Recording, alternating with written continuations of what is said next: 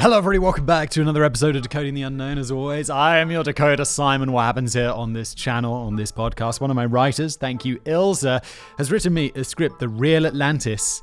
That's the entirety of the title in front of me. I mean, this has got to be about like Atlantis and that ancient city that people think is like buried under the sea or something like that, but I don't think they've discovered that. I mean, like some sort of historical Atlantis, sure, I could maybe believe in, but some sort of like magical city, I'm like, no.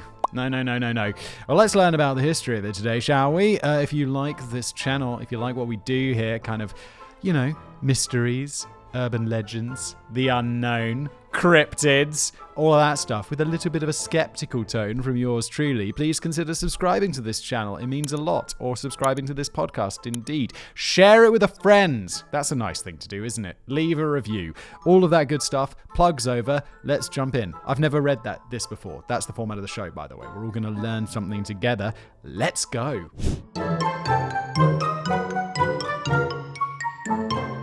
Ancient cities hidden in the jungles of South America or spending the rest of eternity on the ocean floor, lost civilizations have fascinated mankind since the days of Plato.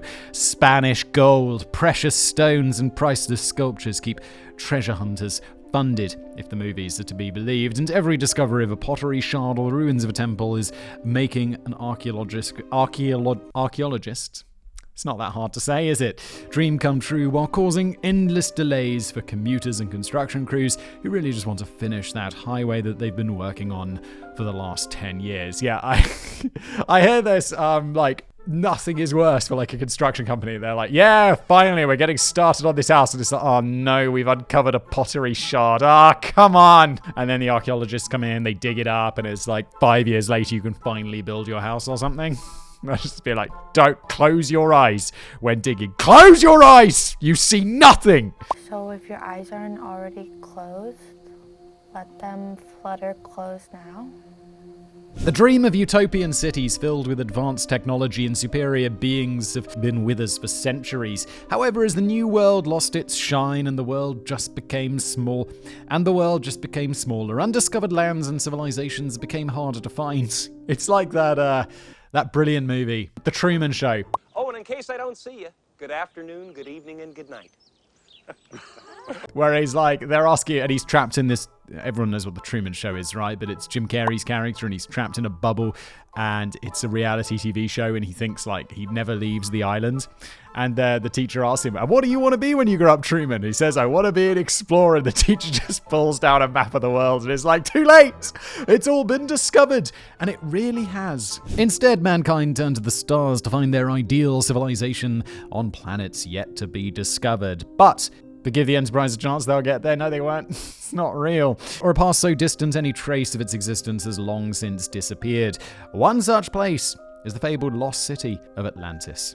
We've all heard the tales of Atlantis. Some stories claim the Atlanteans were alien arrivals from the Lyrian star system around 50,000 years ago. They had advanced technology and lived for 800 years. Oh my God. Wow, I bet there's loads of evidence to support that. There was a war, Atlantis was destroyed, and the survivors fled to Agartha. Noah was an Atlantean, for those of you who didn't know. Oh, I didn't know. God, I'm so glad that I've been informed about that, and also about Noah being definitely not fictional. Others believe that Atlantis was the original Garden of Eden, and the Atlanteans were angels, which Ilza has written as angles. I'm assuming it's angels. It'd be weird if they were angles. Atlantis was a spaceship that crashed into the planet. The Atlanteans had supernatural abilities to control the weather, and if you ever felt like you don't quite belong, don't worry about it. You're probably a descendant of Atlantis or a reincarnated Atlantean, of course. Oh, look, your little theory makes people feel like they fit in when they don't fit in, and that appeals to them. Look, is that how this works? Yes. In fact, there are so many conspiracy theories about Atlantis, we'd need to dedicate an entire channel to Atlantis to cover them all. And don't get any ideas, I'm not doing that. After we're done with today's episode, which is beastly long, I'm going to be done with Atlantis. No more Atlantis, no more... Just wanted to get away from all this. What I do like related to Atlantis is Stargate Atlantis. There was Stargate SG-1, then there was Stargate Atlantis, and they were in a different galaxy. on this big, it was a big city that was also sort of a spaceship called Atlantis, and it was awesome. Loved that. However, after some reading on the subject, I despaired for the future of mankind, so if you want to learn more about Atlantis conspiracies, I feel you need to do it in your own time. Instead, I started wondering, what is the real story of Atlantis, and is there any fact to be found in the fiction? Sunken cities are nothing new. The rising sea levels of the last few thousand years and human intervention may have left many a city under hundreds of meters of water, some so well preserved that they became tourist destinations, bringing in money long after their demise. So, today, we'll explore the lost city of Atlantis and determine, once and for all, whether there is any truth to the tale. And there might be. I like doing these episodes because even when we're talking about like demons and like aliens and shit, I enjoy like dumping all over it. But I also like when we get to like this actual potential real history here, because I don't know, the reality is just more interesting in my opinion. Not than fiction. Fiction's fascinating, but like fiction presented as facts, I just find like, come on. It's silly, isn't it? The story of Atlantis. The story of Atlantis was written by Greek philosopher Plato, who lived from around 428 to 348 BCE. We don't know much about Plato's early life, but we do know he was born into a wealthy and politically active family, which is why he had the luxury of being a philosopher, as opposed to being a farmer or a tradesman. Yeah, it's like philosophy. I feel like even this is this still true today? To be a philosopher, I guess there's like academic philosophers, like philosophers who do like proper philosophizing and teach philosophy. But I also feel there's probably like a disproportionately large number of philosophers who have like, you know, they're independently wealthy. They're family money or something. Because, right? I don't know, maybe I'm talking out of my ass. I could be. Philosophers could be highly paid. Maybe they found like their niche in, I don't know, what could a philosopher consult on? Like, how could they involve themselves in the financial sector and make some money? I don't know. Plato was of the opinion that people would be allowed to follow a philosophical argument to its conclusion, but most people enjoy story. So he used stories to express his philosophical ideas. Two devices come up a lot. Plato often used dialogues in his writing, most often involving Socrates, and many of his stories use myths, either existing myths, or if there wasn't one available to suit whatever he was talking about, he'd simply create his own. This is a fairly important detail that many Atlantis believers overlook. This is a great way to educate people. Like, I really feel like turning history and stuff, or like morals or philosophy into stories is way more interesting than, I don't know, because some philosophy, it's like, and this because of this, and this because of that. And when it's like, and then John did this, and John felt like that, and Peter was like this, and Paul was like, and then you're like, okay, cool, I like a story. Yeah, great story indeed. Everything we know about Atlantis comes from two dialogues, the Timaeus and the Critias, written by Plato around 360 BCE.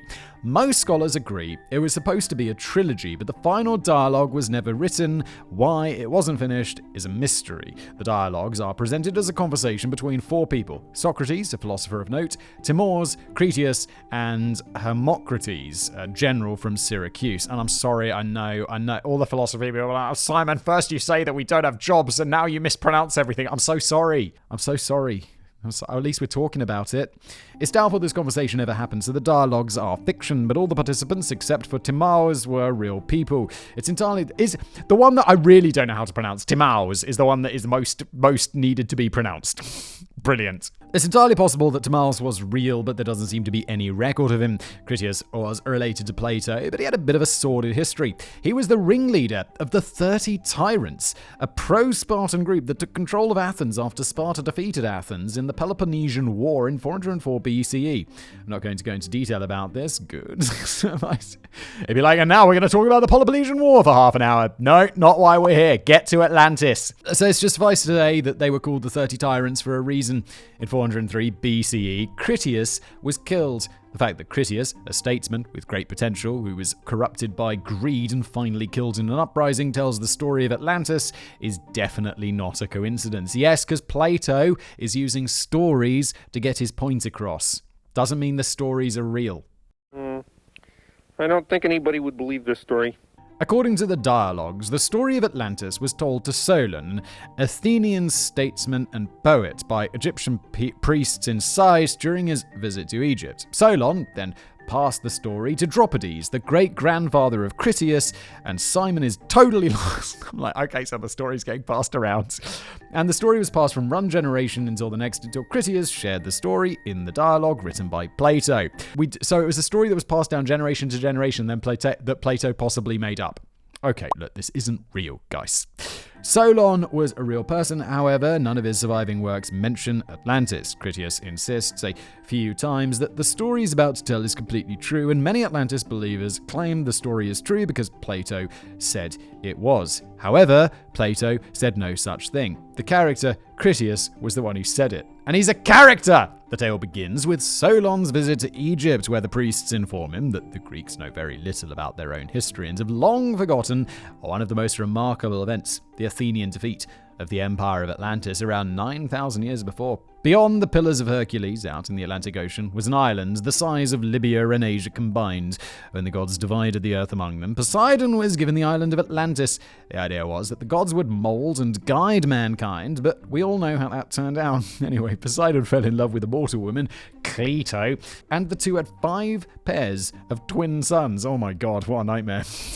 Can you imagine having 4 sets of twins and being like, well, we want one more kid. Twins again? God, no. Oh, Lord, there are 2 of them now.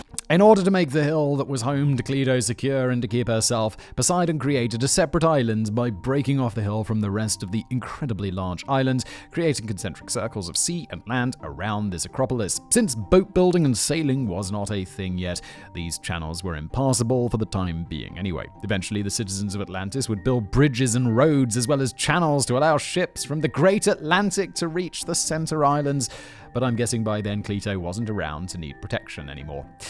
Being a god, though, Poseidon enjoyed his comfort, so on this acropolis of theirs, he created 2 springs, one warm and one cold. So, people really think this is real? They're like, Plato said this is real. Plato is a real philosopher. He's making up a story about gods who created islands and shit. Obviously, it's not real. He knew it wasn't real. It was a story. It'd be like J.K. Rowling being like, it's like, okay, I made up this Harry Potter story. And like many years later, people thinking it was real because J.K. Rowling was real. What the Rowling? I know one is right and one is wrong, but I can never remember which. Good news, I don't care.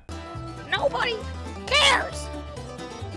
Once these pairs of twins were grown, Poseidon divided the island into 10 portions. The eldest son, Atlas, was made king, while the rest of the sons all served as princes, each ruling a portion of the islands. For many generations, the descendants of the princes ruled not only Atlantis, but other islands and lands in the Mediterranean that they also conquered, as far away as Italy and Egypt. Atlantis was an empire of such wealth that had never been seen before and would never be seen again.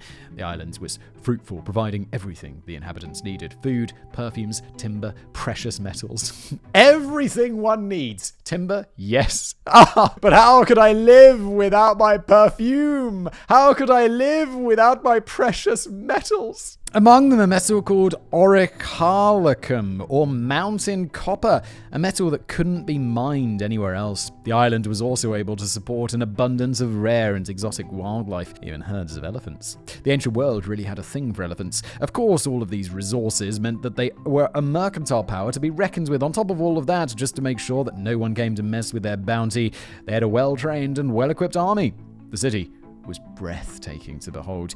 Buildings were built with stones of white, black, and red, some in a single color, and others with detailed patterns. The outer wall of the city was covered in brass, the inner circle of the city was covered with tin, and the Acropolis itself was covered with mountain copper that gleamed like fire. And all of this is entirely possible because it's a story. Beautiful. A story. It's like, yeah, how big was that? It was the size of the pyramids and made of solid gold. It's like you could say that because it's made up. It's not real. And this is the thing. I'm like, the idea of historic Atlantis existing as a city from history, potentially. Sure. The idea that we're going to discover this Atlantis with this big bronze wall with copper on the inside and some elements that we've never discovered before. It's like, please. In the center of the Acropolis was a temple to Poseidon and Clito. The exterior of the temple was covered in silver, except the roof spires. Those were covered in gold. Inside, the roof had the appearance of ivory, with patterns of gold, silver, and mountain copper. The remainder of the walls, floors, and pillars that weren't already covered with something were covered with mountain copper. The temple also contained a golden statue of Poseidon tall enough to reach the roof, on a chariot driven by 6 winged steeds and surrounded by 100 Nereids on dolphins. Just throw that in there. What's that? That's people riding a dolphin. It's doing flips and shit. Around the temple were golden statues of the 10 princes, their wives, and a whole lot of descendants. In short, when the sun set, you could probably see the reflection from the moon. Throughout the city, the people of Atlantis lived in wealth and comfort. They had access to springs, baths, temples, a racecourse, and gardens, chief among these the sacred grove to Poseidon. The city itself was surrounded by a plain, which was encircled with mountains. Man-made rivers and channels irrigated farmlands and allowed for the transport of fresh produce and timber to the city. Didn't we say that the city had all the timber? Wasn't that one of the things, along with perfume, that they had? And have no fear, the people in the countryside lived in as much wealth and comfort as those in the city. Where are all the people doing the menial shit? Who's cleaning out the sewers? Who's cooking the food? Who's being slaves and shit? This was the past. People needed this. They had lots of, dirty baths to clear out and peasants to look down on. Initially, all was well. The people of Atlantis were noble, gentle, wise. Where are all the stupid people? You've got all these noble, gentle people. We know it works. It's like a bell curve. There's it goes up, and then in the top, and then it goes this way. So for all the brilliant, noble people, there's also the dum-dums. Where are they? They were sent to another island where they died. Also noble Atlantis. Despite their enormous wealth, they weren't greedy or materialistic. However, they weren't materialistic. Didn't we just describe all the was made out of gold? And they needed perfumes and precious metals. Not materialistic, huh? However, as the demigod blood got thinned by mortals, things began to change. The rulers of Atlantis became ambitious and wished to hoard more wealth and power. The society as a whole became morally corrupt. Zeus saw this moral decay and decided to punish the people of Atlantis. It sounds like just regular world. It sounds like the world we live in, doesn't it? Where's Zeus to punish us for our sins? I just like having Zeus. What's wrong with that? I like things. They make me comfortable. I love things that people hate. He called the gods together and said, well, we don't know what Zeus had to say on the matter because Plato never finished the Critias. And then Voldemort came down. Oh no, the book what was that? Was it Douglas Adams? Sound of Doubt. He didn't finish that one, right? And it's just, they published it and it just ends halfway through. Okay, couldn't you have paid someone to finish it? Just read the book and guessed where he was going. No. It's kind of, I feel that'd be a bit weird. They have finished books though.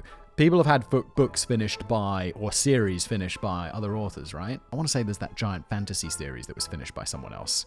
But the guy who wrote it's not Lord of the Rings. It's not even Lord of the Rings that I'm thinking of. It's that Game of Thrones. Is the new series written by that same, it's not, right? Because he was too slow.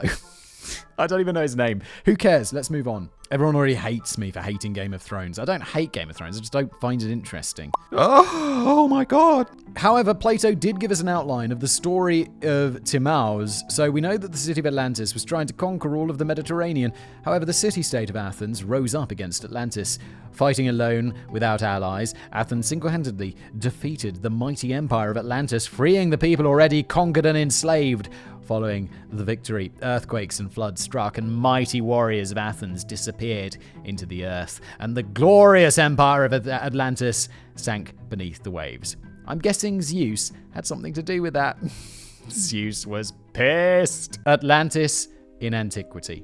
There's no mention of Atlantis anywhere in prehistoric record prior to Plato's dialogues. Now, I'm sure there are some folk who would like to argue this point, and sure, if you look through history, you're going to find stories of lost cities and great floods. Noah's Ark comes to mind, but the city of Atlantis is mentioned for the first time by Plato 9,000 years after its supposed destruction. There's no indication that Plato drew on earlier literature and myth for the tale of Atlantis, at least not consciously. Writers pick up ideas in the strangest places sometimes, but that's a story for another time. There are a few historical events that could have influenced Plato significantly, but we'll get back to that in just a bit. Only a few writers after Plato, back in a time which we call antiquity, seem to think Atlantis was based on something real.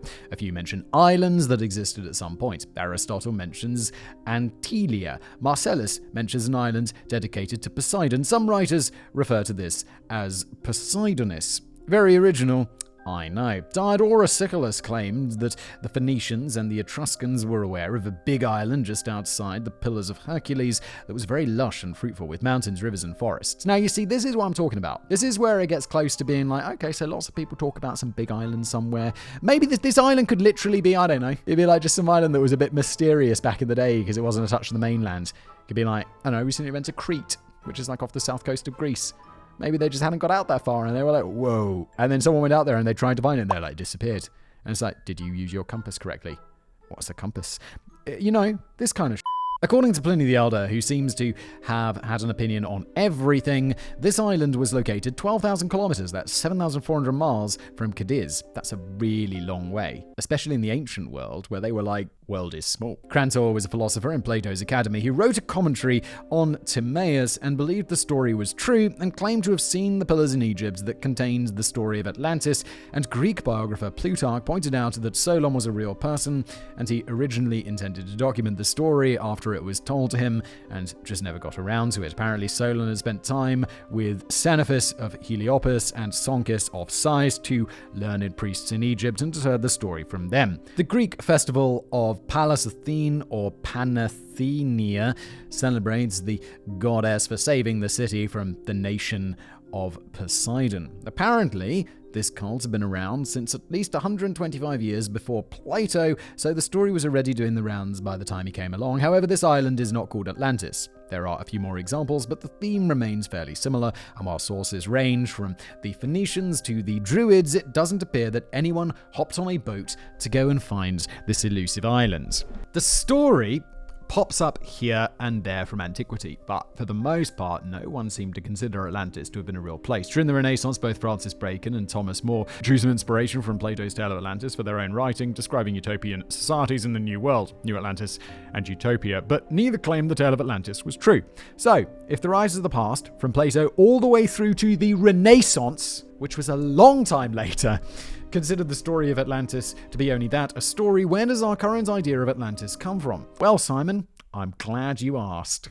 Modern Atlantis. In the 1800s, there were a few writers who considered Atlantis to be fact. Brasseur de Bourbourg, a French scholar, was among a few who suggested some relationship between Atlantis and Mesoamerica. They laid the groundwork for what was to follow by making that claim we know so well.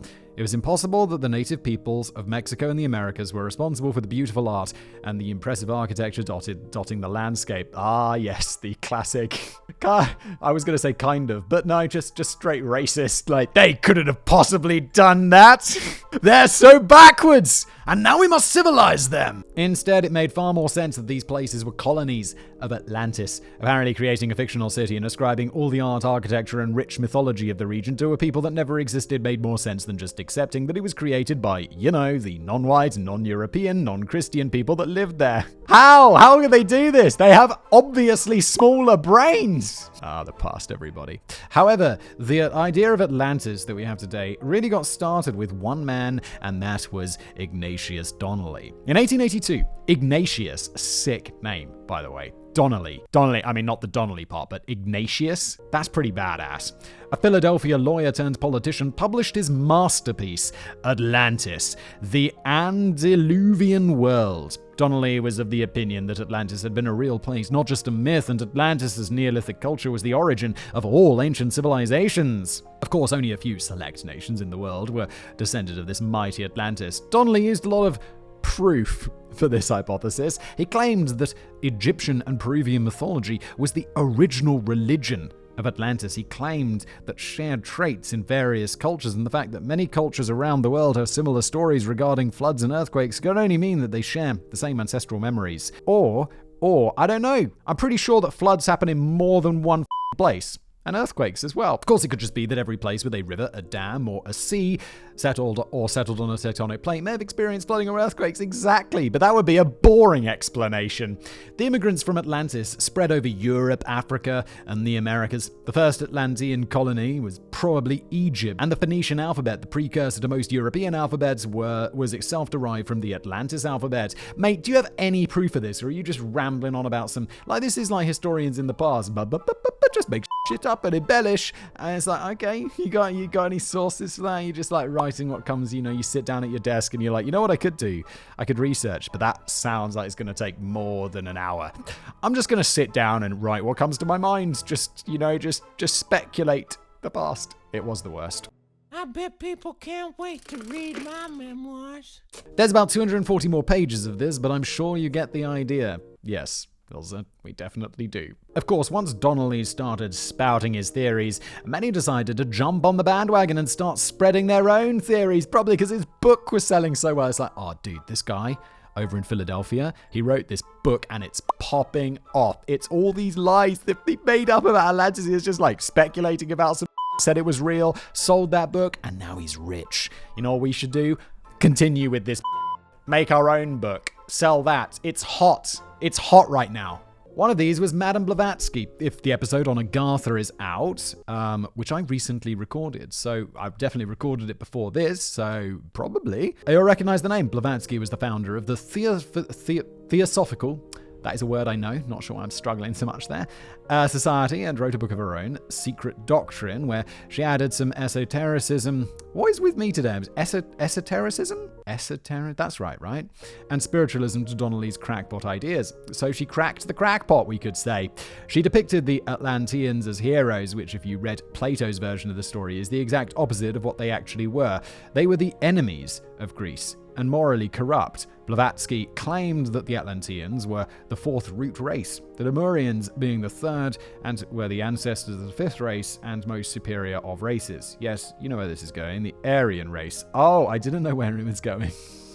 Oh, superior of races, I see. I see what we did there. She's turning this into a race thing. Brilliant, love that. The third and fourth root races were full of cosmic consciousness, an idea popular with the New Age movement later on. So, now that we've mentioned the Aryan race, who's next? Oh no, let's get to the Nazis. Oh, we do get to the Nazis. I already see his name right there. Oh no. In the 1930s, Heinrich Himmler and Hermann Wirth founded the Institute for the Study of Atlantis. Apparently, Himmler was a firm believer in whatever nonsense Blavatsky spouted about the fabled Atlantis. We already know the Reich was obsessed with all things occult, so it's no surprise they believed in Atlantis. While Blavatsky certainly was a strong influence, there were other inspirations for the madness. One such person was Georg Lanz von Liebenfels, who championed Arisophy. Don't know that one. The wisdom of the Aryans! Oh, and prophesied the revival of the lost Aryan civilization made up of Nordic godmen. He wrote about these godmen in a magazine called Ostara, which made its way into the hands of a young Hitler in 1909. And Hitler was like, why am I not like these godmen? Why am I short with the funny hair?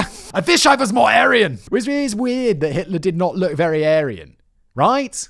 I think he just had a bit of a man crush on these godmen. In these stories, muscular Aryans defended scantily dressed blonde damsels in distress from terrifying ape men, doing whatever ape men do.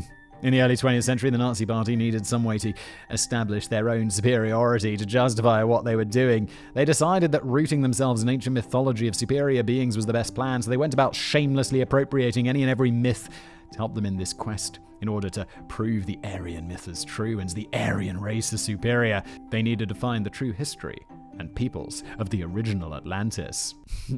And thus began a wild goose chase. Among the many myths and religions appropriated by the Nazis was Hindu mythology, which they believed pointed to hidden societies of Atlantean secret masters hidden in India and Tibet. They never found these hidden societies, What? They didn't? I wouldn't have guessed that at all. Probably it's because these societies didn't want anything to do with them and realised that being associated with these loons would be a bit of a PR disaster. However, Himmler wasn't deterred, and in 1938 he sent an expedition under the leadership of Ernest Schaefer, explorer and zoologist, to the Himalayas. Inspired by the work of Ferdinand Ossendowski and the ideas of Herman Wirth, who claimed the reason for similar-looking symbols in different cultures across the world can be explained by the survivors of Atlantis fleeing to higher places, the expedition was headed to Tibet to find these Atlantean descendants.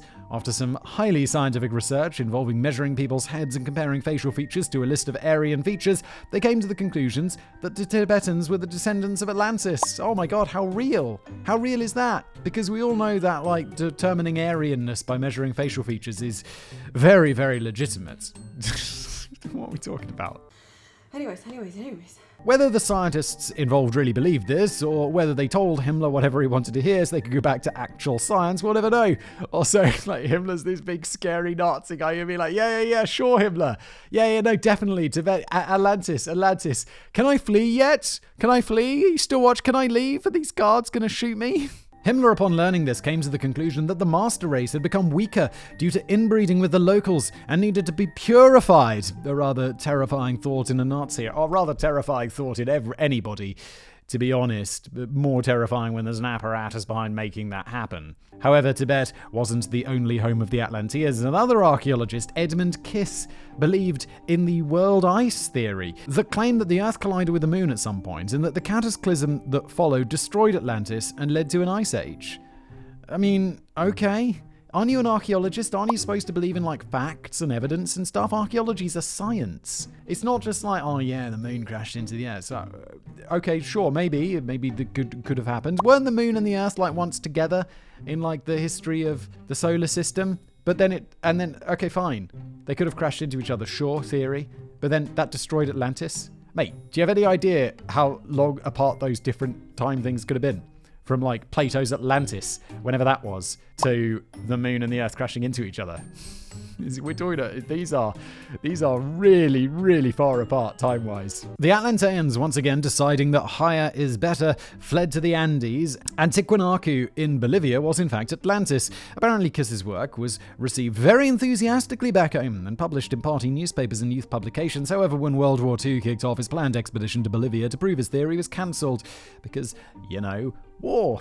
Another big name in the search for Atlantis is Heinrich Schliemann, a German businessman who was fascinated by the epics of Homer, which described an ancient Greek civilization prior to Plato. At the time, the Iliad and the Odyssey were viewed as fiction. However, Schliemann had a different opinion. He was convinced that these stories were based on actual historic events and mythology might contain a grain of truth, so he decided to try and prove his theory. In 1871, in northwest Turkey, he actually found something: ancient Troy. Or rather, he found the ancient city of Hisarlik, today accepted as ancient Troy. Whether the Trojan horse was real or how much Homer embellished in his account of the war on Troy is still unclear, but Schliemann was proven right. There was some fact in the fiction. Yeah, and I'm always open to this. This is like what I was describing in the beginning. It's what I like about Decoding the Unknown, where we get to the stuff and it's like, yeah, obviously, like, there's going to be the story of Troy. So much embellishment, so many, like, bits of fiction and all of that stuff. But it's like, it's nice when there's a kernel of truth, because I like learning about that kernel of truth. But if Troy existed, believers claim, maybe Atlantis did as well. Yes, totally. But it's going to be really disappointing because it's not going to be, like, populated by aliens that live for 800 years or whatever. It's just going to be some boring-ass island where some people who were a bit different to you lived. In 1930, well-known medium and spiritualist Edgar Cayce, founder of the Association for Research and Enlightenment, joined the ranks of Atlantis believers. Oh, well, this guy we can completely ignore because what he does is just is well-known nonsense. He claims that he had a psychic connection with the Akashic Records, a collection of all universal events, thoughts, words, and emotions that happened or will happen. Wow, he's claiming a lot. Does he have any evidence to back it up? No, of course he doesn't, because it's bull. Enough. I had enough of this. He could see detailed images of Atlantis and its inhabitants. No, he couldn't. And he gave psychic readings to people who he claimed had lived past lives in Atlantis. He also added some extra elements of the supernatural. Atlantis was a highly evolved civilization with ships and aircraft, an impressive feat 9,000 years before Plato.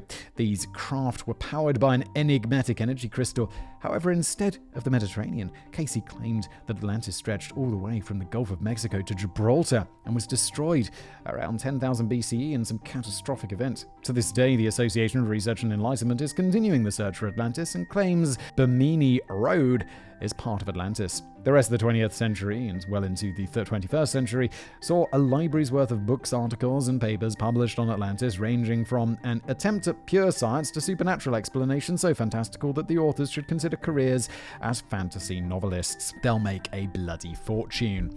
Well, yes, maybe. But we always say it. If you've written a book and it's a bit and a fictional book, just label it as based on a true story and it'll sell more because people will be, there's loads of crackpot out there who believe this. Even Plato did try to pull this, but I mean, it worked for him. Like, Atlantis is super popular because people think it might be real. Otherwise, it would just be some story told by Plato. Right? The myth of Atlantis also got wrapped up in other myths of lost continents such as Lemuria and Mu, conspiracy theories about Agartha, and even showed up in one or two stories about Noah. Well, over 100 years after Donnelly first set imaginations ablaze, the search for Atlantis is still ongoing. The stories that make the papers these days don't focus too much on the supernatural elements. However, a lot of money is made by a lot of people from a story about a city that never existed. Yeah. Oh my god, it is like money is so dominant. Like, all the time you're like, what's the motivation here? It's money! It's always money! It's people just make it up because they like money. Is it hot in here?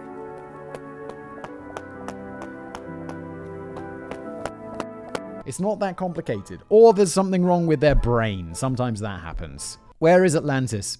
The majority of scholars and academics are of the opinion that the story of Atlantis is allegorical, not historical, and the city never existed. However, some have theorized that either Atlantis was a real place, or if Atlantis wasn't real, then the story was definitely based on a real place. Cataclysmic natural disasters have been around since long before mankind made their way out of their mud, and floods and earthquakes weren't uncommon in ancient Greece. However, since there's no landmass just beyond the Strait of Gibraltar the size of Libya and Asia combined, it definitely would have fit.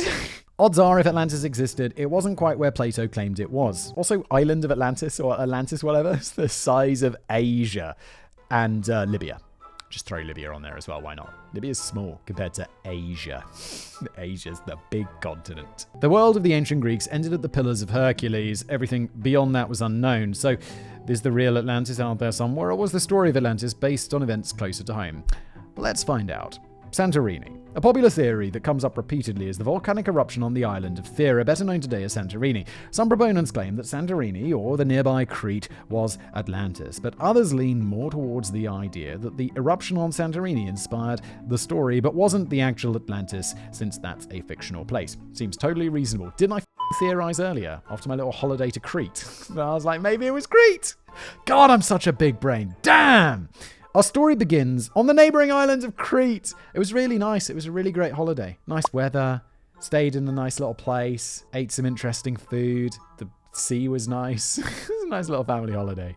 A story begins on the neighboring island of Crete, home to what many believe to be Europe's first great civilization, the Minoans. Archaeological excavations have discovered a sophisticated society that built palaces, constructed roads, and developed Europe's first written language, Linear A. You see, real history is interesting. We don't need Atlantis and all of this made up, because real history is fascinating. This you could do a whole freaking YouTube channel, a whole podcast just about this, and it would be super interesting. We don't need to have Atlantis and all that other stuff. It's also history's already interesting. History, boring. Preserved in the ash, much like the city of Pompeii many years later, archaeologists discovered homes 3 to 4 stories high, impressive pieces of art, and frescoes with bright colors depicting flowers and exotic animals. The Minoans had highly developed agricultural practices and, based on some artifacts, probably had cultural and commercial relations with most other cultures in the Mediterranean. Some have suggested that the Minoans might have had a powerful navy that dominated the eastern Mediterranean, possibly collecting a form of tax from surrounding lands, but there's nothing to prove that. Rather, it was a society that gave women equal status status to men, highly sophisticated, and likely mostly peaceful. So this brings us to the eruption day on Santorini, about 100 kilometers 70 miles northeast of Crete, around 1500 to 1450 BCE. An earthquake hit the island of Santorini, leading the volcano on the island to do what volcanoes do best, throw a temper tantrum that sent rock, ash, and gas into the atmosphere. Can you imagine you're just chilling out on Santorini, you're like, and then there's an earthquake, you're like, oh no, my house has fallen down, that sucks. And then the volcano kicks off, and you're like, oh, that'd be bad times. Of course, a tsunami followed. Oh, no. Oh, tsunami as well. Come on, God. Come on, Zeus. What the man? Oh my god. Wiping out the Minoan palaces and cities along the coast of Crete. Animals, many people's livelihood were killed in the disaster, vegetation was destroyed, and irrigation canals were choked with ash. This sudden reversal of fortune was the beginning of the end for Minoan civilization, as what was left was suddenly vulnerable to invaders from the Greek mainland. According to Plato, Atlantis disappeared within a night and a day, so basically instantly. There are only a few geological processes that can cause something like this, and cataclysmic volcanoes, well, they are one of them. After the molten rock that accumulated just below the surface had thrown itself violently into the air with all the dramatic flair of a Shakespearean actor, the magma chamber, especially if it's very large or close to the surface, can't support its own weight anymore and collapses. In the case of Santorini, it left behind a large hole that filled up with water. Originally, the island of Santorini was approximately circular, but today, all that's left is a thin arc of island fragments. Scientists have compared the Santorini eruption with one we're slightly more familiar with, the eruption of the island of Krakatoa in 1883. A tsunami 36 meters high. Oh my lord, that's 120 feet. Hit the neighboring island and killed 36,000 people. Have you seen those like videos of that 2004 Indian earthquake tsunami, right? And it's like those waves come rolling in and they're like a few meters high. Can you imagine 36 meters? I just can't, that is, it's as high as like a multi-story, it's like a 10-story building. That is absolutely mental. For 3 days after Krakatoa blew its top, the sky was dark with ash, and the explosion was heard 4,800 kilometers, that's 3,000 miles away, and ash from Krakatoa was hurled almost 80 kilometers, that's 50 miles, into the air. Holy man. Isn't that space? When's that Kármán line? I feel like that's around 80 kilometers. Or is that 80 miles? Look, it's really high. You must, if you're like some ancient person living there, I mean, you'd be dead. But like, you'd be like, the world is ending. This is the end of the world. This must be. It's been dark for days. Everything's destroyed. According to the smart people, the eruption of Santorini was 4 times as powerful as the eruption of Krakatoa. Fuck me, for real? Let that sink in for a minute. The resulting tsunami probably traveled over a mile inland, decimating cities and laying waste to the countryside as it went. The Minoan fleet would have been sunk almost instantly. In a matter of hours, probably about a day and a night, the sophisticated Minoan civilization was drastically reduced. 4 times? Oh my lord. That is devastating. There are a number of similarities between the Minoan culture and the culture of Atlantis described by Plato. In both cultures, women had high political status. Both cultures started out peacefully, though that changed in the case of Atlantis, and both enjoyed the unusual sport of bull leaping. For those unfamiliar with this, instead of fighting a bull with spears, unarmed men had to wrestle and jump over a bull. Apparently the bulls on Crete had a better time than their future descendants in Spain. Yeah, bull hunting is absolutely brutal. I didn't know, I've got a Spanish friend, and he was telling me all about it. And he was like, yeah, dude, there's this guy. It's not just they go in there and they fight it. He's like, there's this dude, he's called a picador. And before, he just sticks some little sharp knives in the bull. I'm like, why? Just riles the bull up, doesn't it? And I'm like, wait, the bull's going in there. He's going to be upset by a dude with a red flag. And my Spanish mate's like, yeah, but you want it more than that. You want those little knives in there. It's like, fucking hell. That's so intense. I'm like, why? I'm like, I eat meat. I love eating meat. But I'm just not super for, torturing animals. Just feels a bit unnecessary. Plato dropped Atlantis in the Atlantic somewhere. However, based on what we know about the topography of the Atlantic, this would have been basically impossible. Another detail is that Atlantis was at war with everyone and their canary. The logistics of waging multiple wars over such a distance would be a nightmare. So it makes sense that Atlantis was much closer, perhaps even in the Mediterranean. What, the size of Asia? The Mediterranean is big, but it ain't that big. However, There are people who firmly believe that Crete and the Minoan civilization weren't simply inspiration, it was Atlantis. There are some problems with this though. Plato clearly states that Atlantis lies in the Atlantic Ocean beyond the Straits of Gibraltar, but Santorini is in the Mediterranean. Atlantis also disappeared 9,000 years prior to the story being told. The Santorini eruption was more recent than that. However, according to seismologist A.G. Galanopoulos, that guy's definitely Greek, this can be easily explained. It's possible that during the translation from Egyptian to Greek, the symbol for 100 was mistaken with the symbol for 1,000. That is a small little typo that makes a big difference. This would mean that the destruction of Atlantis happened 900 years before Plato, not 9,000 years, which would place the destruction of Atlantis around 1300 BCE. The eruption at Santorini is estimated to have occurred between 1400 and 1500 BCE, but honestly, when dating events that happened that long ago, it's difficult to be exact. In the Dialogue of Critias, Plato gives very exact measurements for Atlantis. If we change that by a factor of 10, the city of Atlantis fits nicely into the plain of Massara, where Minoan sites have been excavated. Galanopoulos is also of the opinion that the royal city of Atlantis wasn't on Crete, but on Santorini, as Crete and Santorini were both just a part of the Atlantean Empire. If you consider the dialogues, this does make sense, as Plato describes islands leading up to a continent. If this is the case, though, the capital of Atlantis would have been obliterated by the blast. Some excavations have uncovered ruins on Santorini that are similar to the Minoan ruins found on Crete, so perhaps there's something to this story after all. Yeah, again, I love this. I love this history. I love the volcano exploding, all of that. And it is interesting. Like with this, you're like, okay, so like with many fictions, it's like it's based on truth. It's based on something Plato heard about or knew about. And he's like, cool, I'm going to use that as a basis for one of my stories that teach people a lesson. Cool.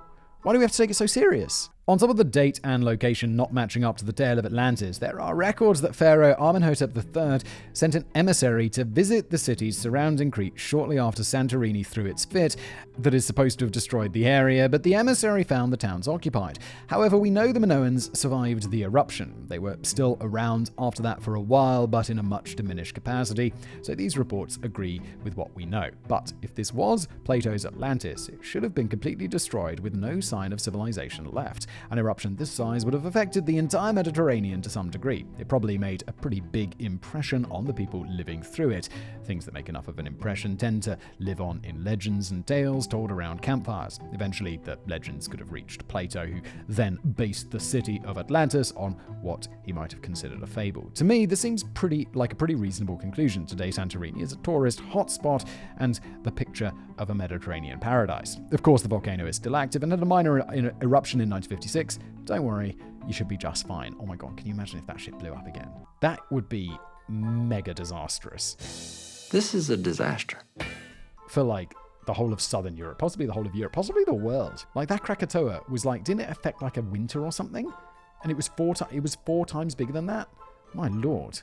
Off the coast of Spain, the Donana National Park is a nature reserve in La Marismas, where the Guadalquivir River flows down into the Atlantic in Andalusia in southern Spain. It's a huge park covering 543 square kilometers. While most scientists get excited over the park's unique biodiversity, it's popular with Atlantis believers as well. It's been considered to be the home of Atlantis for decades. Wait, is this a water place? Like, you know, where they protect like marine ecosystems? Or is this on land? It sounds like it's on land. Many exploration parties have done scans and made sensational claims, but at the time of writing this, the scientific community, relying on facts rather than wishful thinking, remains unconvinced. It's shocking, I know. However, while claims of Atlantis have been unfounded so far, it doesn't mean there's nothing there. After all, Atlantis is hardly the only ancient civilization in history, and Spain was a maritime trading hotspot way back when. Based on archaeological exploration and analysis of pollens and microscopic remains in the area's sediment, there were definitely people living in Donana National Park as far back as 5,000 years ago. Scientists agree that there was a civilization there and that it was most likely Greek or Roman, and this is backed up by the fact that the nearby settlements all have similar characteristics, so it's not a stretch to believe they were all linked at one stage. While some scientists are also of the opinion that the entire area was once a large inland sea, the park was above sea level in the Neolithic and Copper Ages. The nearby city of Cadiz is also one of the oldest cities in Western Europe. It was probably built by the Phoenicians around 700 BCE, but some believe the city might have been around since 1100 BCE. Of course, back then the city was known as Gades, and this makes Atlantis believers all giddy. You see, one of the princes of Atlantis, Gadarius, was given the far eastern side of Atlantis to rule. According to this story, Cadiz, or back then Gades, was named after the Prince of Atlantis. Yeah, that's a bit of a stretch, guys, isn't it? There have been many claims about Tartessos being Atlantis, and more recently, German physicist Dr. Rainer Kuhn agreed. Kuhn believes that the Iron Age city in Tartessos in southern Spain, part of the Dinan National Park today, was in fact the biblical Tardesh and the model for the city of Atlantis. Using satellite images of the area, Dr. Kuhn discovered features that match Plato's description. Two rectangular structures surrounded by what appears to be concentric circles could be the temples to Clito and Poseidon, built on the great Acropolis in the middle of Atlantis. However, the structures are a little bigger than Plato's description, so it's not an exact match. Dr. Kuhn is of the opinion that the ancient unit of measurement, the stadia, might have been bigger than we currently accept it is. The plane described by Plato could be the plain that stretches from Spain's southern coast all the way to the city of Seville, and the mountains Plato describes could in fact be the Sierra Morena and Sierra Nevada ranges. Wait. And all of this is based on the fact that, it doesn't fit by the measurements. So maybe the measurements are wrong and then we could shove everything in and make it work. Don't like that. The mines, especially in the Sierra Morena range, are rich in copper, and Atlantis, according to Plato, was rich in minerals. But again, mate, you're basing this all on, it seems like, okay, you're basing it on, we're starting with something real. Well, you should be starting based on, it's not real, it's fiction. Because Plato never claimed it was real. It's very strange. It's a very strange position to start from. Furthermore, Dr. Kuhn is of the opinion that the war Atlantis was waging against, basically everyone, resembles attacks on Egypt, Cyprus, and Levant, all in the Mediterranean, around the 13th century BCE by the mysterious sea peoples. However, while there are some conflicting reports here, Dr. Kuhn doesn't appear to believe that this is the actual Atlantis. Rather, this settlement served as the inspiration for Atlantis. Okay, fair enough. Inspiration, there we go. I do struggle with just the measurements being wrong, so just saying maybe we got that wrong. But again, okay. Inspiration, maybe. Dr. Kuhn is not the first to spot what could be the remains of Atlantis, though. Werner Wickbolt, lecturer and Atlantis enthusiast, came across the site when he noticed the rectangles and circles while studying photos of the Mediterranean in search of his beloved, if somewhat lost, city. He's also of the opinion that the word island in the tale of Plato might be a mistranslation of the word coastline back when the story was translated from Egyptian to Greek. The theme of mistranslation is a common one in the search for Atlantis. Another scientist digging around the Dinan National Park, Richard Freund, has no problem making sensational claims about finding lost cities. In 2009 and 2010, with the use of radar technology, digital mapping, and satellite imagery, an international team of archaeologists and geologists came across signs of a ringed city with canals similar to Atlantis, as described by our favorite philosopher. This site might be as old as 4,000 years. According to geological studies, at some stage, the marsh was a bay and connected to the Atlantic, and there's evidence that tsunamis devastated the area for centuries. According to Freund, one of these tsunamis destroyed the city. Okay, I'm waiting for you to get to the evidence part. He feels that the city of Tartessos, rather than being the inspiration for Atlantis, is actually Atlantis. After the city's destruction, those who survived fled inland. Freund claimed to have found a number of memorial sites and cities, supposedly built by the survivors in Spain. Why? What is your evidence to show that these were survivors of Atlantis? If you got the cities, how the memorials, what do they show that connects it to Atlantis? Let's go. Come on. It was these memorial cities that first convinced Freund that Atlantis was in Spain. I couldn't find much about these memorial sites or cities, though there's no way to prove without a doubt that Atlantis has been found. However, Freund is convinced that the giant structures must come from some ancient civilization that had the ability to work large stones. Dude, this is so speculative. Unless there's some evidence that Ilza hasn't told me about. It's like, what backs this up? And it sounds like Ilza looked for stuff and just didn't really find anything other than just speculation. The location of the site near the Strait of Gibraltar north of Cadiz fits with Plato's description of the location of Atlantis. Apparently, Plato stated that Atlantis faced a city called Gadara, the ancient name for Cadiz. I don't recall this detail of the story, but Sure, okay then. Finally, recently discovered ruins around 2,800 years old contains an image carved in stone of what appears to be an Atlantean warrior guarding the entrance to the lost multi-ringed city. I have no idea how they know the warrior is Atlantean instead of, say, Spartan or any other number of warlike civilization that's been around in the past, but I'm sure they have their reasons. Again, it just all feels like speculation, doesn't it? Around 2018, another group arrived to find Atlantis. Merlin Burroughs, a private company, uses historical records and satellite data to find archaeological sites. That is cool. I love that. Using Plato's description of Atlantis and another text they're unwilling to name, which just throws the entire expedition into question, the team came to the very unsurprising conclusion that Plato's account wasn't just fiction, it was based in fact. Okay then, this sounds like a real company, like using technology to look for like real archaeological sites, like with Google Maps or whatever, which is honestly awesome. So what are you up to with this? This will be interesting. This feels very legit. The CEO promised that this unknown text will be submitted for fair evaluation in due time, but it doesn't appear that this has happened yet. When was this? 5 years ago. I guess you could still be like researching into it and stuff and not wanting to like the archaeological competition to know what you're using and stuff like that. Maybe? Based on the description of the location of Atlantis in front of the Pillars of Hercules, the scientists decided that Atlantis had to be on the Spanish coast near the Strait of Gibraltar.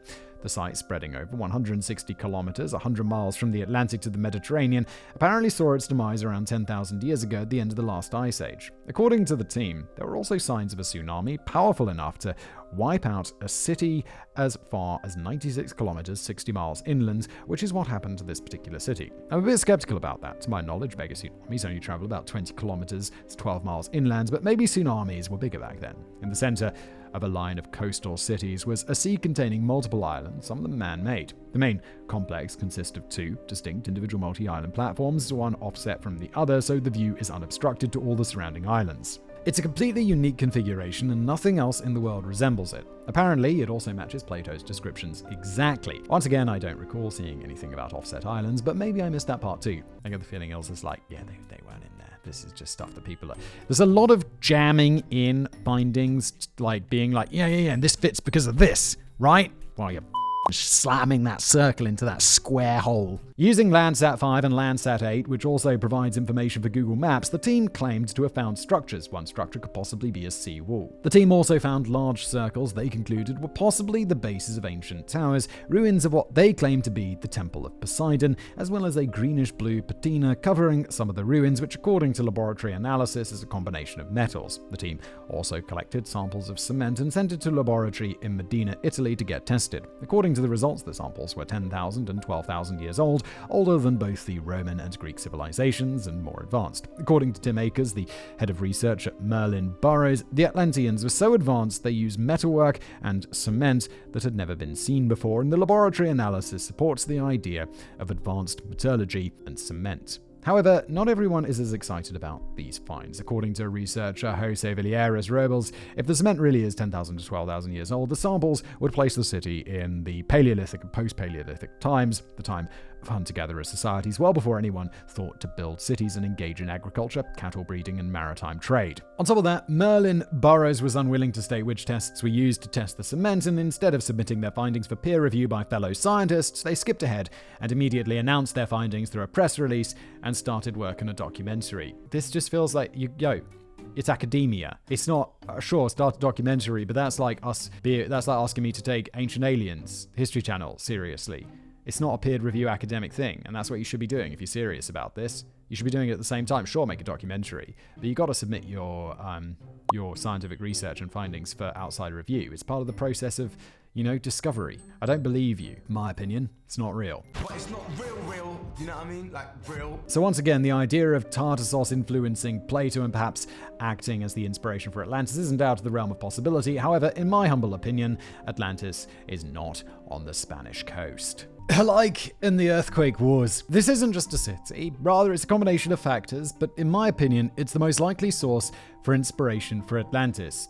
What is? Oh, Heli, sorry, the title of this section. Assuming that Plato was inspired by something, archaeologists started looking for Heli as early as the 1950s, but the first ruin of a real importance was found in 1995, and excavations only really began in 2000. Since excavations and research are still ongoing, we don't know as much about Heli as we know about Santorini or Spain. Between 469 and 464 BC, a major earthquake hit Sparta. Earthquakes were quite frequent in ancient Greece and often had political repercussions. The quake caught the Spartans completely unaware and killed more than 20,000 people. This immediately caused internal and external uprisings against Sparta by all the peoples that it had subjugated, and finally led to a war between Sparta and its neighbors. Athens offered assistance, but Sparta refused, and this led to some hostilities between the two city-states that culminated in the Peloponnesian Wars, a 25-year-long bloody civil war between Athens and Sparta starting in 431 BCE. In the summer of 426 BCE, a major earthquake hit north of Athens. These guys just never catch a break. A Spartan army camped about 100 kilometers, 62 miles west of Athens, was getting ready to attack, but they were forced to retreat. The destruction wreaked by the resulting tsunamis was disastrous for Athens. Yeah, I feel like, I don't know, if you're outside and stuff. I know earthquakes are bad, right? If you're inside, especially back in the day, when your buildings are not really like earthquake proof and all that stuff, it's going to be a bad time. But if you're like outside, I feel like, oh no, I fell over. But then the tsunami comes, and that is worse.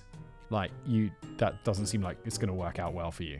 Buildings collapsed and thousands of people died. An island called Atlantis, home to an Athenian fort, was destroyed. Athens was already experiencing epidemics and wars, so this was a near crippling blow. The Peloponnesian Wars finally ended around 404 BCE, but a formal peace treaty was only signed in 387 BCE. However, in 373 BCE, another violent earthquake, accompanied by a tsunami, destroyed the city of Heli on the southern shores of the Gulf of Corinth. Heli was the capital of the Achaean League, a confederation of city-states, and revered as the center of worship for Poseidon. The Grove of Poseidon, if that rings a bell, it should, as Atlantis also had a renowned sacred grove to Poseidon. Oh, yeah, sorry. I was like, it should? And then I realized we definitely talked about this earlier, my bad.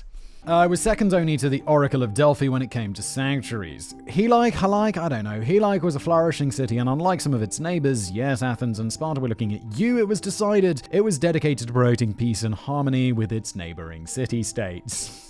That sounds like you've got these city-states and it's like, hey-oh, we love peace and love, man. Peace and love, yes. Come join the hippie commune. And it's like, Love, peace, and hair grease, y'all. And your neighbors are Sparta. It's like they're going to be like, we're having you, mate. We'll have your city. We'll have your money. We'll have your women.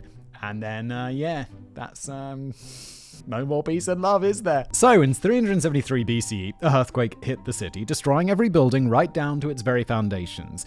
A tsunami flooded inland. It drowned the city and covered the grove of Poseidon until nothing could be seen but the tops of the trees. Apparently, Poseidon decided to drop in and take a look at this grove up close. Real close. When the wave retreated back to the sea, it dragged the city and all of its inhabitants with it into the depths. At the time, it was believed that the city was punished by Poseidon for defiling his sanctuary. Now, Plato was born around 427 BCE, so he would have been in his mid-50s when Heli was lost in a single day and night due to the wrath of a god. The dialogues were written in 360 BCE, so only 13 years after the disaster. Sure, Heli was nowhere near the size of Athens described in the dialogues, nor was it out in the Atlantic. It was practically on Plato's doorstep. But it's sort of a great inspiration, isn't it?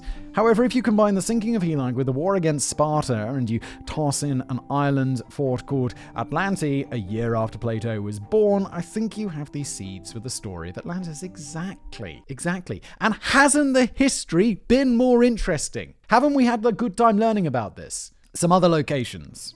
These are just the three places that I think might have influenced Plato. However, if you close your eyes, spin a globe, and point, odds are someone has claimed it to be the final resting place of Atlantis. While Santorini, Heli, and even Tartessos in Spain seem somewhat plausible for the inspiration of Atlantis, many other claims are a little absurd. Antarctica was apparently at one point nice and temperate, but once it moved to its current position due to tectonic shifting, the Atlanteans were forced to leave. Tectonic shifting and all this. Wait, that is really far in the past. I mean, for the Antarctic to move to where it is today. No. Ireland matches Plato's description of Atlantis, so they say. The Yonaguni monument, discovered in the 1980s off the coast of Japan's southern Ryukyu Islands, has been mentioned in Atlantis circles. The Eye of the Sahara, or the Richat structure, is an impressive natural rock formation that's so big it can only be seen from space. However, it consists of concentric circles, and someone stumbled across rock paintings and the remains of elephants, so, well, it must be Atlantis. Apparently, no one expects to find elephants in Africa. What was the ancient people's fascination with elephants? The Bimini Road, the Bermuda Triangle, the Canary Islands, the Azores off the coast of Cuba, Troy, the Black Sea flood, all possible sites for Atlantis, and believe me, the list goes on. That time, Google Earth found Atlantis. I do like when people discover shit on Google Earth. It's really, like, that's, if I had time, I can imagine being into that, just looking around Google Earth, trying to find interesting shit, seeing cool things that people have made, because there's so much data there. It's really crazy. However, human beings aren't the only ones finding the lost city of Atlantis. Google Maps also got in on the fun when in 2009, aeronautical engineer Bernie Bamford discovered Atlantis. Bamford was just chilling out in front of his computer, playing around with Google Ocean, Google Maps for the ocean, when he made an amazing discovery. Not bad for a day's work. I didn't know Google Ocean existed. I assumed it was just, if you wanted to use Google Ocean, you just went onto Google Maps or Google Earth and just looked at the ocean. But okay. According to Bamford, he spotted a network of crisscrossed lines around 990 kilometers, 620 miles off the coast of northwest Africa, near the Canary Islands on the floor of the Atlantic Ocean. He described the area to be about the size of Wales, which apparently is a standard measurement in the UK. Everything is about the size of Wales. Is this the case, Simon? Of course, much incitement ensued. I don't know. I feel like, well, the Americans always say, like, Rhode Island. It's always like I read a script from one of my American writers, and they'll be like, it's about the size of Rhode Island. And I'll be like, okay. I don't even know where Rhode Island is. Is it a state? Is it a state? It sounds kind of like it could be like one of those places that is an island but a state, like Hawaii. No, it's probably not. I feel like Rhode Island. I feel like I'd know if that was a state, at least, right? Like, states are big. But no, I mean, yeah, we use Wales. You could say it's the size of Wales. I know how big Wales is because I'm from the UK. It'd be like about the size of England, about the size of Scotland, about the size of Wales. Of course. I understand that. It's like, but is Rhode Island, I have no idea. Is that 10 times the size of Wales? Is it the size of is it the size of France? I have no idea. Rhode Island is in... Sometimes, you name a US place, like Chicago, and you're like, Illinois. Like, it gets that vibe, because you've seen it so many times, like in movies or whatever, and you're like, I think, you get those vibes.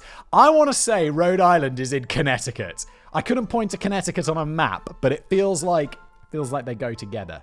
Hey Siri, what state is Rhode Island in? Web results, Siri. That's not what I want. Rhode Island. I can't not look this up. I'm sorry, guys. Is in the New England region. That's not a state. What state's it in? Just tell me the state. Oh, it is a state. Rhode Island is its own state. And it's not even an island. Wait, is it an island? It's not even an island, America. What the are you on about? It's the smallest state by area. It doesn't look that small. Oh, because that's mega zoomed in. Okay. All right, Rhode Island. There you go. I learned there's a new state. I mean, it's not new. It's probably one of the oldest states. Fascinating tangent, Simon. All the Americans are screaming like, it's obviously a state, Simon. It's obviously a state. It's the greatest state. It's not in Connecticut. Connecticut. That's in New England, right? However, Google was quick to rain on everyone's parade. In a statement, Google explained that the grid pattern was, in fact, an artifact of the process used to collect data about the ocean floor. Oceanographers use sonar to map the ocean floor. The sound travels through the water, bounces off the seafloor, and travels back to the ship. The process creates a sound image of peaks and valleys on the ocean floor. Online mapping tools take different sonar surveys created by different agencies and stitch them together, piling them up on top of each other in layers. Together, these maps provide a picture of the ocean floor. However, some areas have been mapped in more detail than others. The grid pattern you see on online mapping tools is 2 or 3 different maps layered on top of each other. Then, in 2012, Google just spoiled everyone's fun when Google Earth released a major update, and everyone's favorite city that wasn't disappeared yet again. Yeah, but this is a conspiracy. Google are in on it. Atlantis is real! Now, all of this excitement was 10 years ago, so I imagine that updates have followed since, but for a brief moment in time, Google Maps was so effective that it found Atlantis. Of course, the conspiracy theories couldn't let it go, and theories abound of Google now covering up the discovery of Atlantis. Oh my god, I made it up and it's true. Despite leaving the crisscross grid up for 3 years, apparently the Illuminati is up to something beneath the seas northwest of Africa, and governments in multiple nations are all working together to cover it up. To the conspiracy theorists' credit, though, it doesn't seem as if this particular theory is supported all that much, so there might be hope for mankind after all. Just because we haven't found it doesn't mean it isn't real. So, we haven't been able to pinpoint an exact location for Atlantis yet, but some people maintain that Atlantis was real. There are other ways to prove it, and eventually Atlantis will be found. So let's consider some of these pieces of proof. The Younger Dryas period keeps popping up in all tales about Atlantis. So what exactly was it? Well, it hasn't popped up so far, has it? Okay.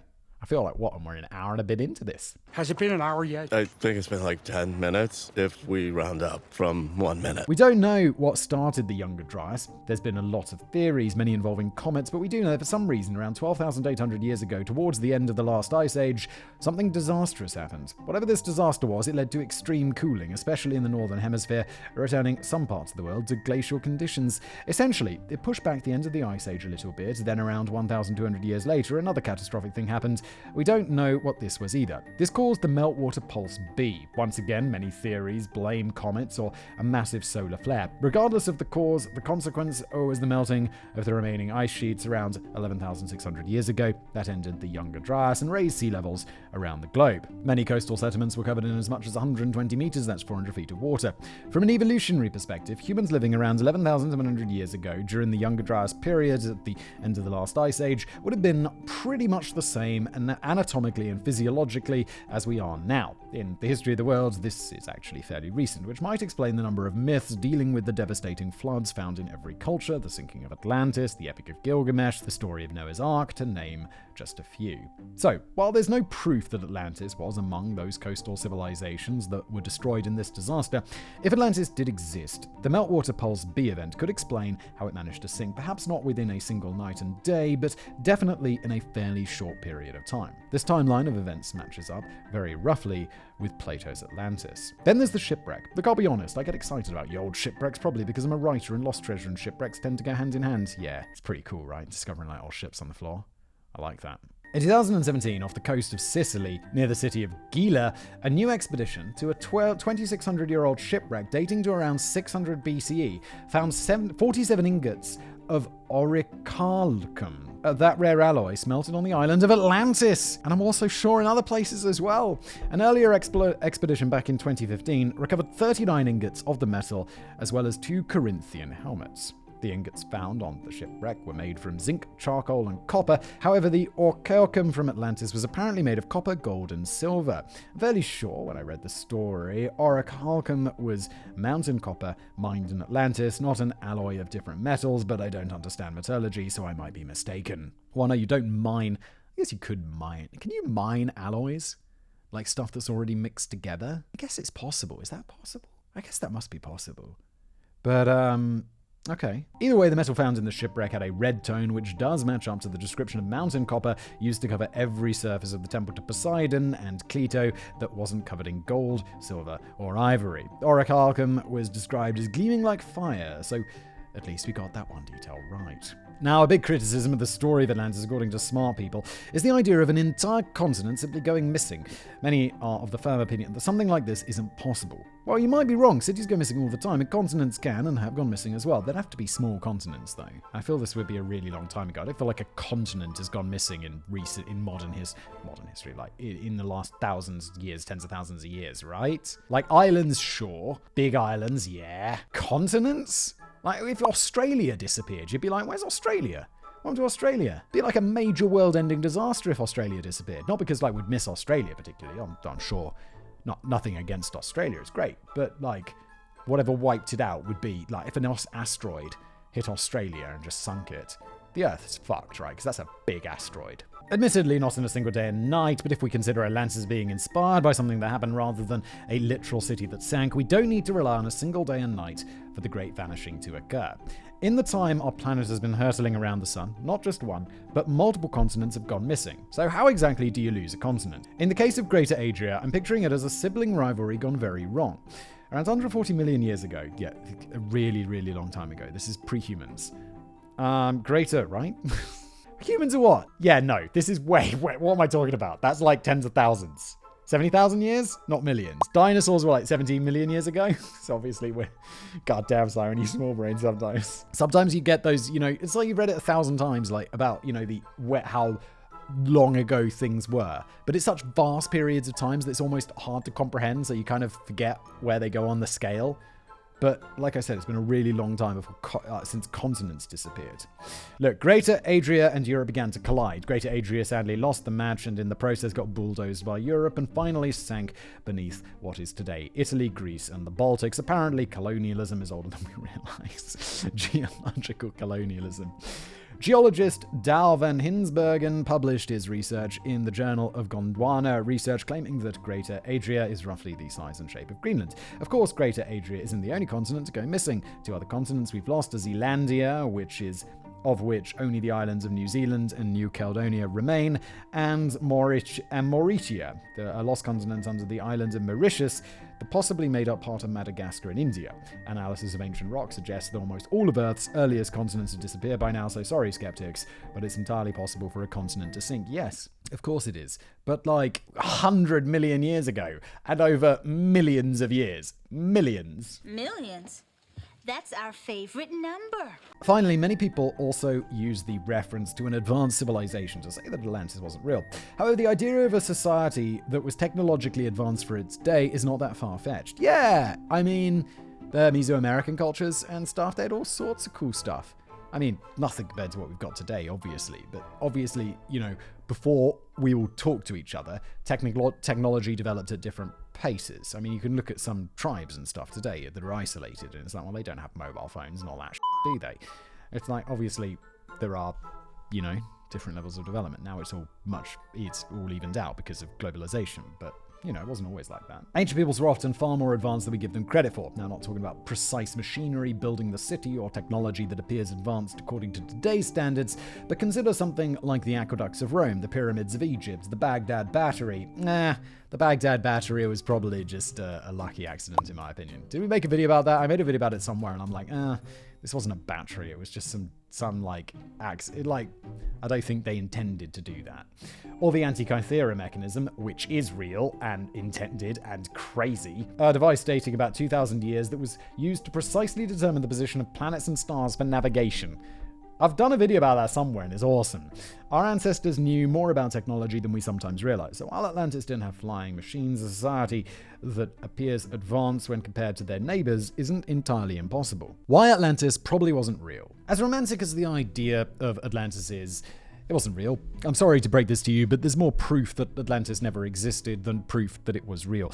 Our first clue lies with Plato himself. Plato was first and foremost a philosopher, not a historian. The story of Atlantis is, at its core, a device to illustrate a moral argument. Modern Atlantis enthusiasts often forget the point of the story, Athens defeating Atlantis. In the story, Athens is considered the ideal city, inhabited by the ideal citizen. Atlantis, on the other hand, is a proud, impious people, the exact opposite of our God-fearing, idealized version of Athens. On top of that, Atlantis is described as powerful and advanced, an empire that's conquered multiple nations all across the Mediterranean. However, Athens, standing alone, still manages to defeat this mighty empire and free all of the lands from her slavery against incredible odds. Athens, not Atlantis, is the real hero. In the end, after being defeated by the Athenians, Atlantis is destroyed by the gods for their hubris and general moral decay. And at this point, it brings me back to that whole thing that went on in the beginning, and it's like, this is a story that Plato told, and I find it bizarre that people think otherwise. Most of Plato's tale is obviously fiction. The god Poseidon isn't real. The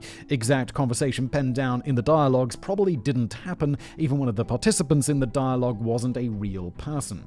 As for the non-fictional elements, the story doesn't contain anything Plato couldn't have gotten the idea from in his own time. The Persian invasion of 480 BCE, where the Greek city-states, with Athens being the most prominent, defeated a powerful army and freed others from Persian oppression. In fact, the idea that the Persians were defeated due to their own hubris was accepted in Plato's time.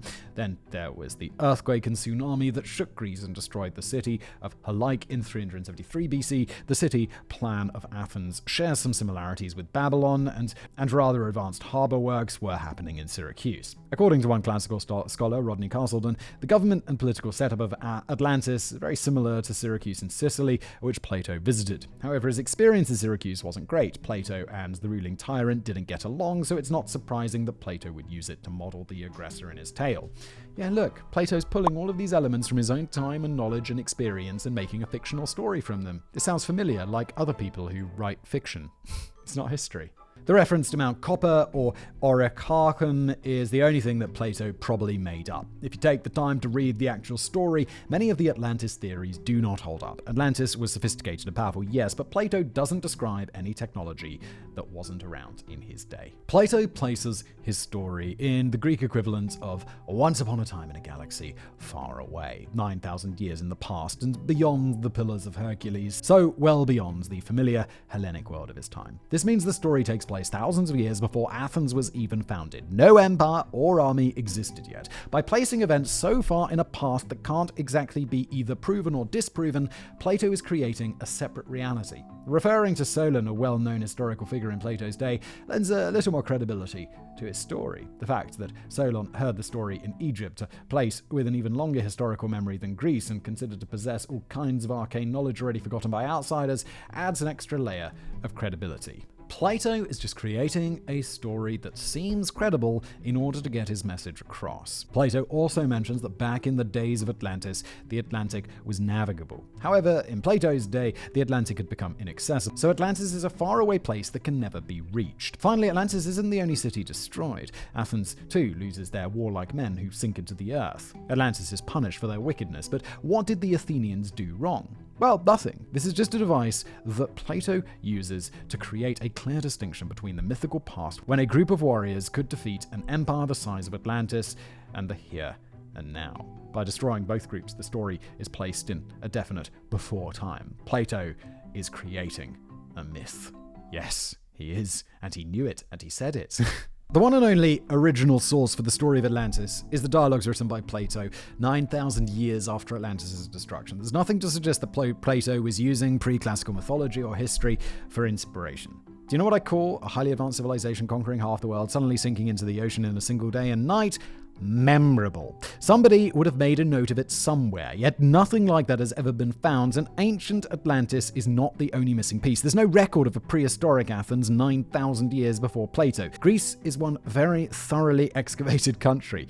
If there had been any remains of a city that long ago, it would have been found by now. Atlantis was supposed to be a maritime merchant of note, yet there are no trade records of Atlantis trading with anyone, and the records used by the Egyptian priests in Sais have never been found. Critias mentions that he had the whole story at home in an old manuscript, a very popular literary device, just saying, yet no trace of this manuscript has ever been found either. A city that size would have left something in its written records for us to find. Plato describes Atlantis as an island larger than Libya and Asia combined. That's a pretty large landmass.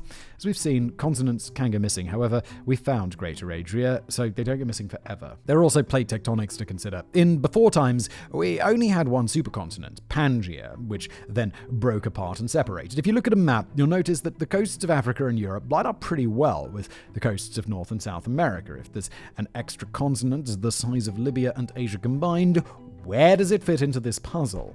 It's true that the ocean is deep, very deep, and we've only explored very little of it so far, but if you consider all the lost cities, civilizations, and even continents we have found, not to mention all the resources that have been spent by amateur archaeologists looking for Atlantis, someone should have found something by now. Yet despite people's best efforts, Atlantis is still missing. Mystics like Blavatsky and Donnelly pointed out all the similarities that would prove an Egyptian-Mayan connection, but conveniently ignored the many differences. Yeah, there's been lots of things in this episode where I'm like, this is factual history, this is myth, this is fiction, and this is people trying to capitalize on something that is like the mystics, the mediums, all that noise.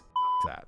The Mayan calendar looks very different to the Egyptian one, and if Atlantis did colonize both Mexico and Egypt, you'd expect the two places to have more food, plants, and domestic animals in common. The Mayans also didn't have the plow or the wheel. Surely if you were off colonizing places, you'd import some of your amazing technology. Be like, these people don't have the wheel. Let's leave them without it. Now, of course, you'd be like, guys, let me show you something really good. You're gonna be very impressed by this. Can you imagine showing the wheel to someone who didn't know about wheels? Their minds would be blown. They'd be like, oh my God, it's so simple, but Jesus Christ, that's amazing. You're doing amazing, sweetie. Let's go down a hill fast. On top of all that, the Mayan civilization only rose up around the beginning of the Christian era. By that time, Egypt was thousands of years old.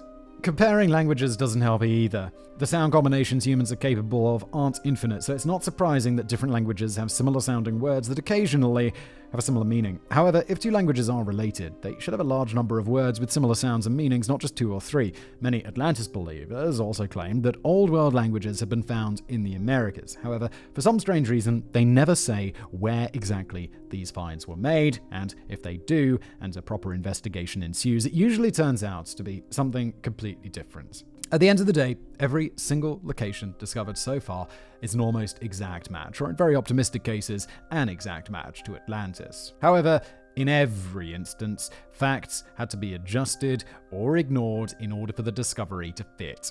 Dates have to change by a factor of 10. The location has to change from the Atlantic to the Mediterranean, the Pacific, or the Sahara. A single day and night has to be interpreted as a longer period of time. We're talking about millions of years. And the stadia used as measurement by ancient Greece might not quite be the length we think it is. People keep using the words exact match, but in the words of one of my favorite movie characters of all time, you keep using that word. I do not think it means what you think it means. Oh, I know that, but what's that from? Oh, what is that from? It doesn't matter. Let's carry on. Inconceivable!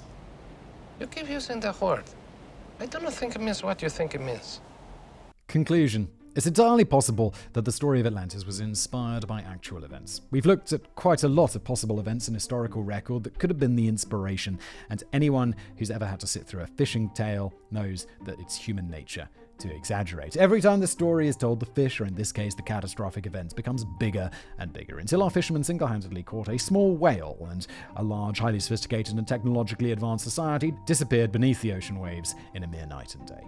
The idea of a lost city is very romantic, and it's not entirely far-fetched. There are plenty of sunken cities, like Thonis Heraclean, discovered in Egypt in the early 2000s, which yielded treasures to give us an insight into what the world was like before. Unfortunately, finds like this get very little news coverage outside of academic circles. However, slap the word Atlantis on an archaeological find, and you've got reporters beating down your door, and your find is on the front page of every newspaper, and documentary crews are lining up for the rights to make your story, and the funding is streaming in. The fact is, the Atlantis of Plato has never been lost. It's still where it has always been, in the works of Plato. The Atlantis of Donnelly, and the one everyone is looking for, never existed at all. By chasing this mythological Atlantis, we're completely missing the point of Plato's tale. We're assigning godlike qualities to a morally corrupt society that was wiped off the face of the planet by the gods for considering themselves to be above the laws of their gods. It wasn't an enlightened society, it wasn't a golden age or something we should be aspiring to. It was pretty much what we have today, just smaller, with better ocean views, fresh air, and apparently elephants frolicking all over the place. We shouldn't be trying to recapture the magic that was Atlantis. We should see it as the warning it was meant to be, and rather strive to do better. Yeah, Plato would be so disappointed in us. And that's where the episode ends. I feel thoroughly debunked. And like I said at the beginning, I'm done with Atlantis for a while now. Thank you for watching or listening. If you like this show, subscribe. If you're listening as a podcast, please leave a review. And I'll see you next time.